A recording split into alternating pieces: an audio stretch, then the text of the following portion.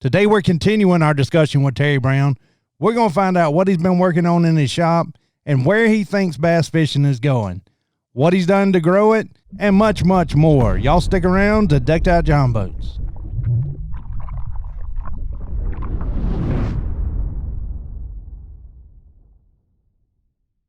And that's really why I started Decked Out Jon Boats. And I'm sure you know it was long before I actually started it that I started decking out boats and everything. And my very first boat I bought well, when I got out of high school, got my first like real job, got a truck.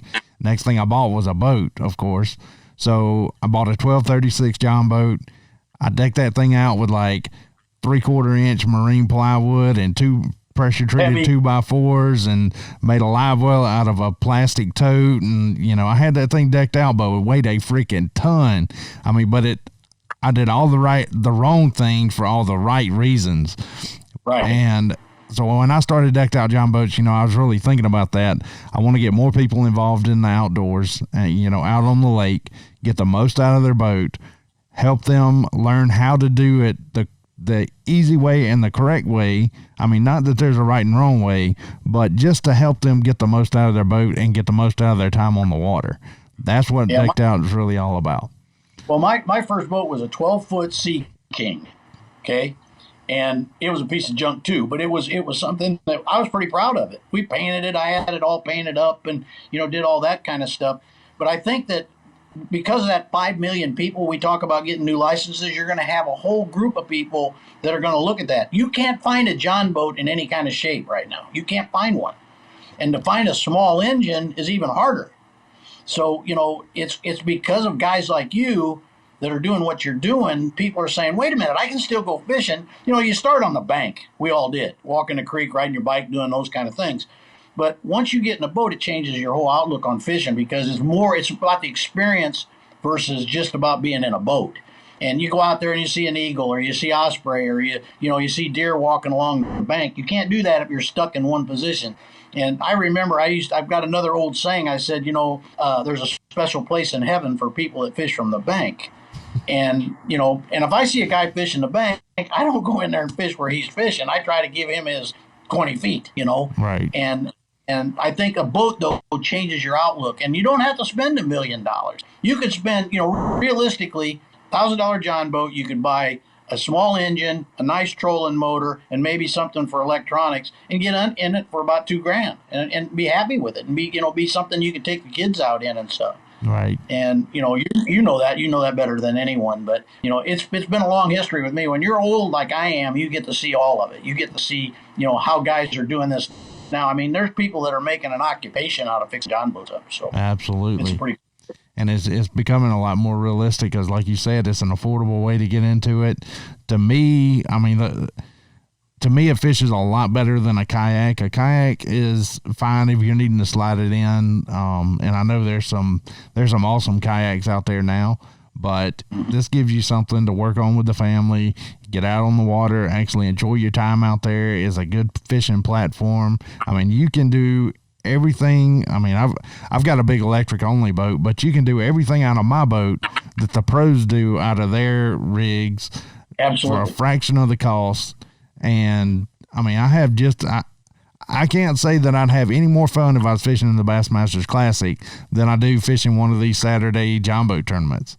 Well, you know, the kayaks, I'm gravity challenged, all right? So I can get in the kayak, I can't get out of it. I look like a walrus climbing up on a rock trying to get out of a kayak. I've had several, and they're fun. I mean, I like paddling them around, but I got to go to the dock, and I get up to the dock, and I grab a hold of the dock, and the kayak goes this way. And I might as well just jump in and get my feet wet and be over with because I can't get out of them. But I think all boats, no matter if it's a kayak or a canoe or a decked out John boat, it just gets you in a different experience level. It gets you in a different framework in life. I never have a bad day, no matter what I'm doing out on the water. You just don't have a bad day. You know, you might not catch them like you like to, but you still had an experience on the water that day that can basically get you through. It gets you through the whole week.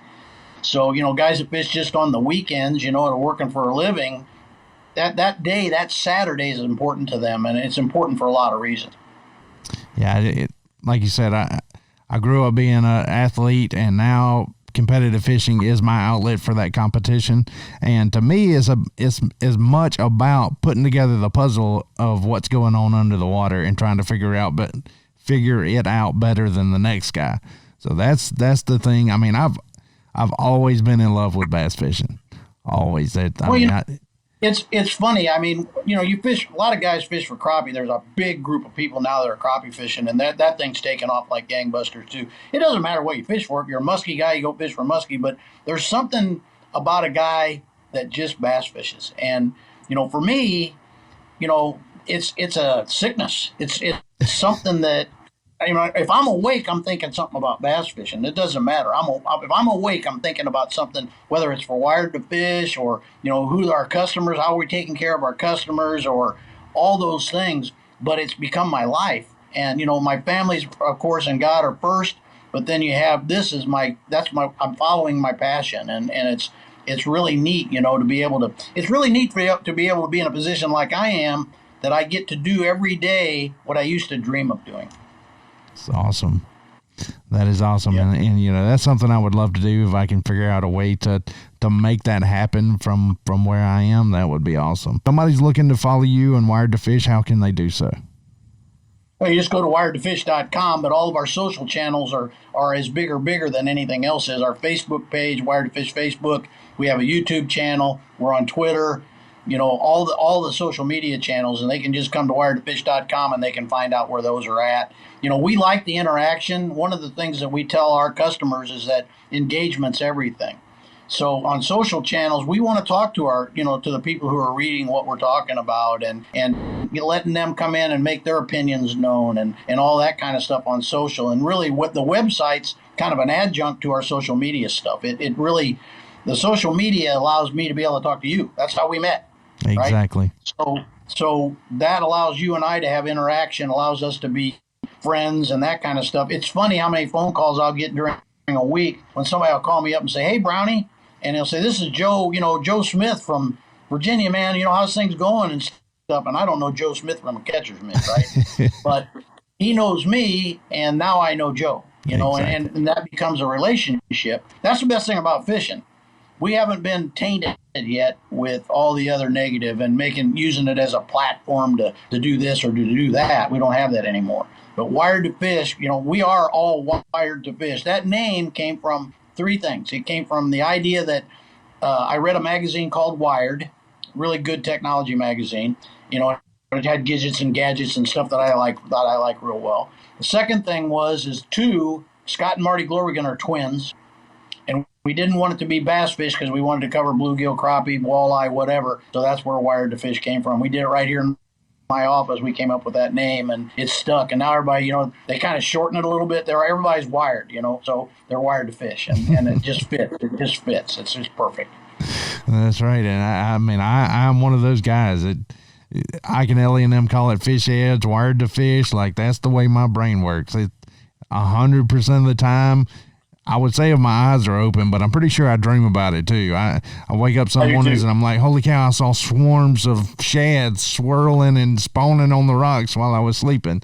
If I stay up, if I go out bed fishing, when I close my eyes, I'm looking for light spots and fish moving. Like 100% of the time, bass fishing is on my brain. So I'm definitely one of the wired fish guys. I think, Brett, knowing you and keeping up with you through your social media channels and through your website and the stuff like that, if you dream it, you got to dream big. That's the first thing I'd leave you with, is you got to dream big. You got to think about, how big can I make this? Because every time you take one little step, it gets bigger. And I challenge anybody that's watching this or listening to this is that, don't be afraid to take a risk. Risk reward is very important. You don't have anything that's worth a crap that you get in your life that there wasn't some risk in. And the bigger the risk, sometimes the greater the reward.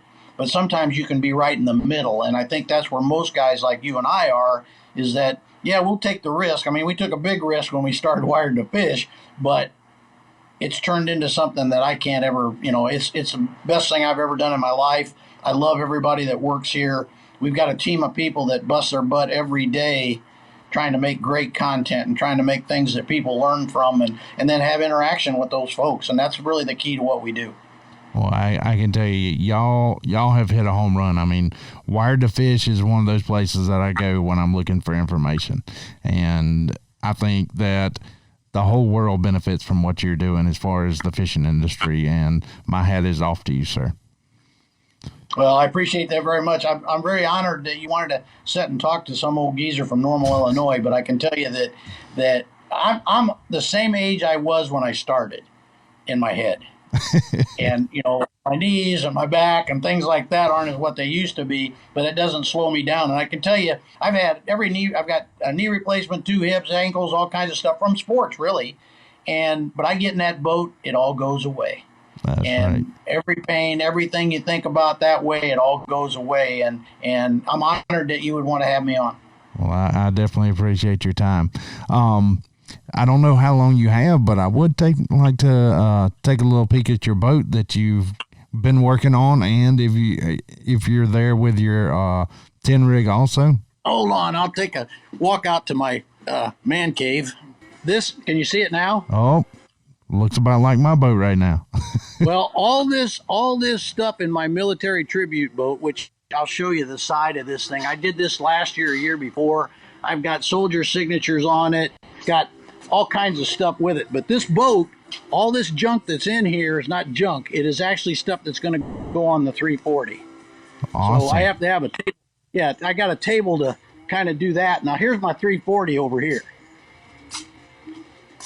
And this thing was a piece of junk, and it's still a long way from being complete, but it's getting there. And, I've got a lot of good partners, and they've been able to help me kind of get materials and stuff to be able to do this job better. But I got a long way to go, but it's starting to come together. It is looking like a whole different world from when you had a flat tire on the side of the road with it. Yep. And then, like this military boat was a labor of love as well, because I wanted to do something to pay tribute to my buddies that were in Vietnam and some of that kind of stuff. And I don't know if you can see them very well, but there's signatures and stuff on here. I stop at a gas station and a guy will say, "Man, I love that." He says, "That's great." He said, "I was in Vietnam, or I was in Korean War, or I was, I'm still in the military." I have them sign it. That is awesome. 200 plus signatures on it. It's pretty well equipped. It's an oldie, but it works just fine. And what size is that boat?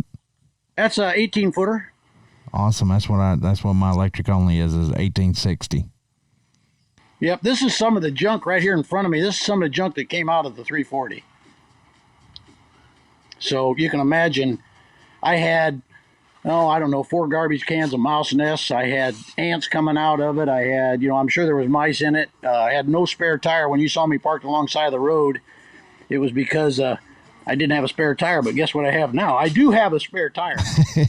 And I got new tires on this thing. So, I don't do it during the week. I don't mess with this during the week at all because I've got so much going on with my regular job. But it's my weekends, 10 hours a day or more, I'm out here grinding and scraping, and I've got a big job. I'm going to do plumbing this next week and get that all done and get the 5 wells running and all this stuff like that. It's supposed to be colder than the dickens here. So nice having a building where I can do this. That is awesome. Yep, and then that's my other one over there. Y'all have a lot of horsepower restricted lakes there? Or? Yeah. Yes. Actually, that boat's got a 40 on it, the military boat, the aluminum one. But I use one of the Talon brackets for a 10 horse. So I can fish the horsepower. We got 2 lakes that we fish our tournaments on mainly, is Lake Bloomington, Lake Evergreen. And what I've done is I made it so I can run the 10 horse and the 40 horse. So I'll run the 40 horse, keep the Talons on it, and do that kind of stuff. And then when we go over to Evergreen to fish a tournament, I just hook on the Talon bracket, I just put the 10 on it. Oh, that's awesome. And yeah, it puts around. You're not gonna blow your hair back. I can promise you that. But I can use one boat for both lakes that way. And then this one, my 340, I'm going to use it for the larger horsepower lakes. Well, I have definitely enjoyed this, and I hope that we will, stay in touch. And if you ever have an idea for another video, something that we need to talk about, I'd be more than happy to jump back on and talk about whatever anytime you want to. Well, and I offer this too. If you need anything, or if there's something you think I might know about, you feel free to give me a buzz, or your readers too. And T Brown at wiredtofish.com. my email address. And if I don't know, I'll try to find out for you.